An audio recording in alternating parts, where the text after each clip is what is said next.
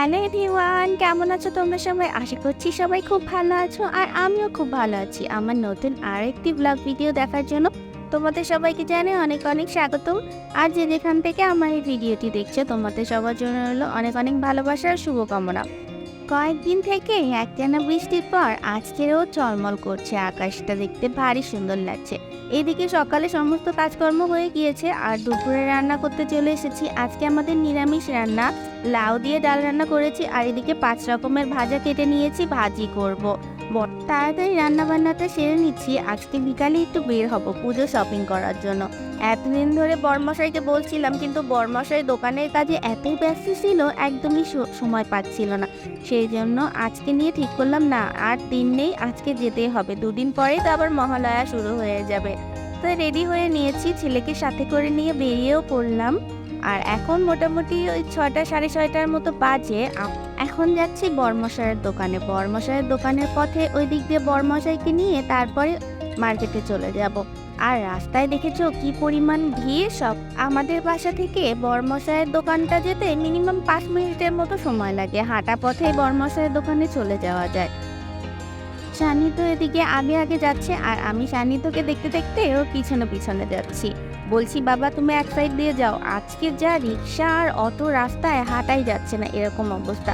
আর দুধারের যে দোকানগুলো আছে সেগুলো একটু দেখতে দেখতে যাচ্ছিলাম যে কেমন কালেকশন উঠেছে।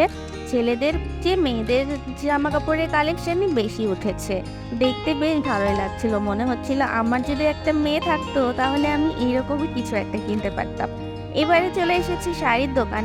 প্রথমে গিয়ে দেখি দোকানটার মধ্যে অনেক ভিড় রয়েছে আর অনেকের শাড়িগুলো দেখছিল, তা আমিও গিয়ে ওই শাড়িগুলোই দেখছিলাম।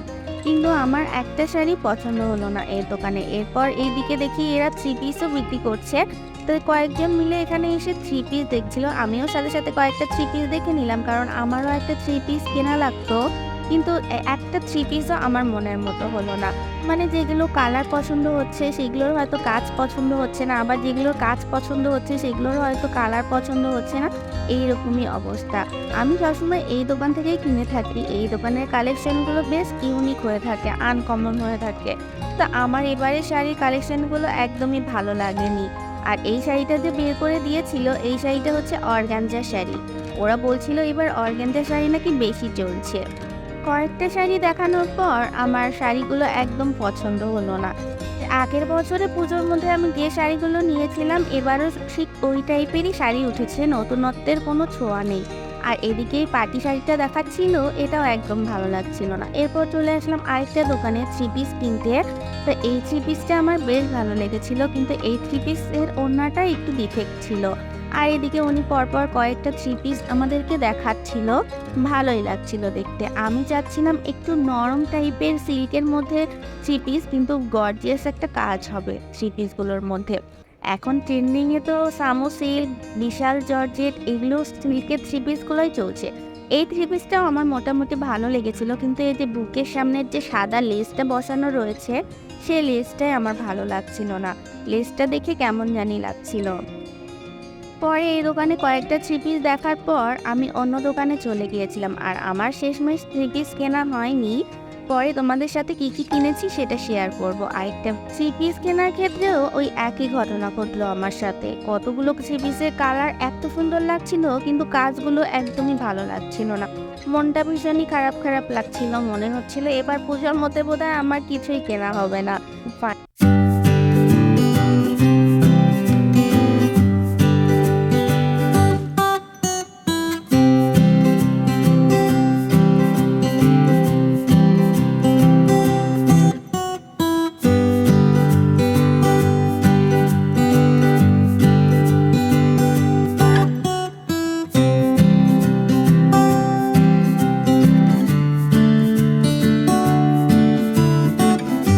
এবার আরেকটা দোকানে চলে এসেছি, দেখা যাক এখানে আমার কিছু পছন্দ হয় নাকি। তো এদের যে সাদা লাল শাড়ি কালেকশনগুলো ছিল বেশ সুন্দর লাগছিল।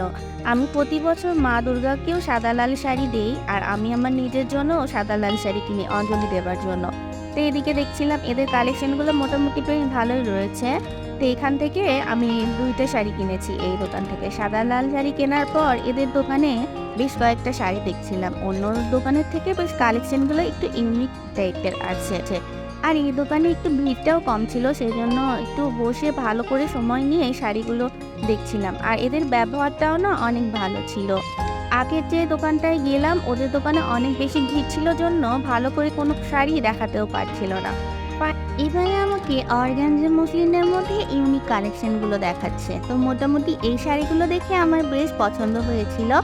অনেক দোকানে দেখেছি অন্য রকমের অর্গানজা, কিন্তু এই অর্গানজাগুলো একটু ইউনিক ছিল। এটার মধ্যে বিভিন্ন ডিজাইন ছিল, এই যেমন একটা ডিজাইন বটপাতার ডিজাইন, আর ওই ডিজাইনটা একটু অন্যরকমই লেগেছে আমার, বেশ একটু আনকমন টাইপের ছিল। তা আমি কালার দেখাতে বললাম যে এই টাইপের শাড়ির কোনো কালার আছে কিনা। তা আমাকে এবারে এই শাড়িগুলোর আরও কয়েকটা কালার দেখাতে লাগলো। তো শাড়িগুলো দেখে বেশ ভালোই লাগছিল, কিন্তু এই যে ফিরোজা রঙের শাড়িটা, এটা গত বছরও উঠেছিল এই শাড়িগুলো, সেই জন্য আর এই শাড়িগুলো নিলাম না আমি। ভালোই লেগেছে এই শাড়িগুলো। তো প্রথমে যে শাড়িটা দেখিয়েছিল সেই শাড়িটাই আমার বেশি পছন্দ হয়েছিল এতগুলো শাড়ির মধ্যে। আর বসে বসে তবুও কয়েকটা অন্যরকম শাড়ি দেখছিল, বলছে বৌদি আপনি বসে দেখেন, তারপরে যেটা খুশি সেটা নিবেন, দেখতে তো কোনো সমস্যা নেই। তা আমারও শাড়ি দেখতে বেশ ভালোই লাগছিল, কয়েকটা ইউনিক ইউনিক কালেকশন দেখালো।